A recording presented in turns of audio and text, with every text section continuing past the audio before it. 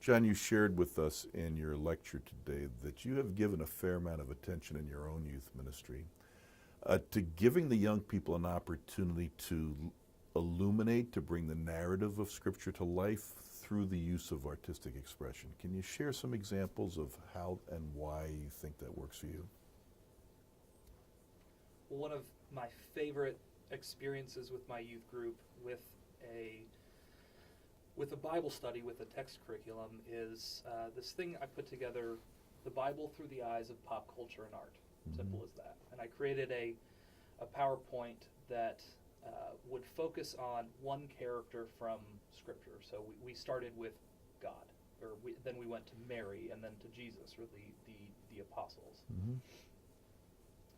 And we would begin the curriculum with a few theological tenets. So let's say we're talking about Jesus, and so we would bring up what is the incarnation?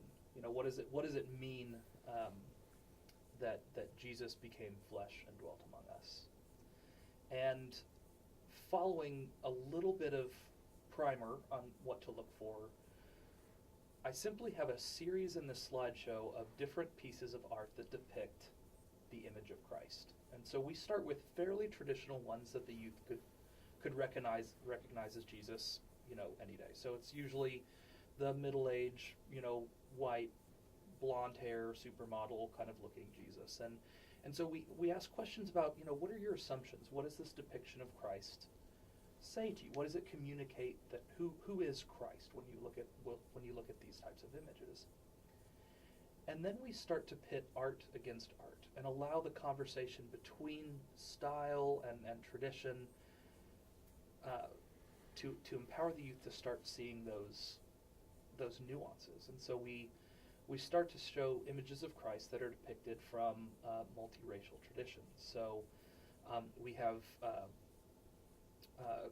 Christ depicted as a Native American. We have Christ depicted as a female. We have Christ depicted as a tribal leader in an African village. And then we start to move from those images to the life of Christ. You know, so there's Christ welcoming the children. There's Christ rescuing Peter from the waters.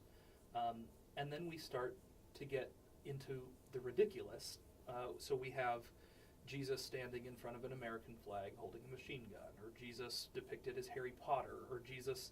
So we start to move into the dregs of the internet, and allow these pop culture references to play with these traditional images of Jesus. And it's amazing what the youth draw out of them, and connections that I would have never been able to put into a curriculum that just come out through this means of allowing them to compare and contrast art.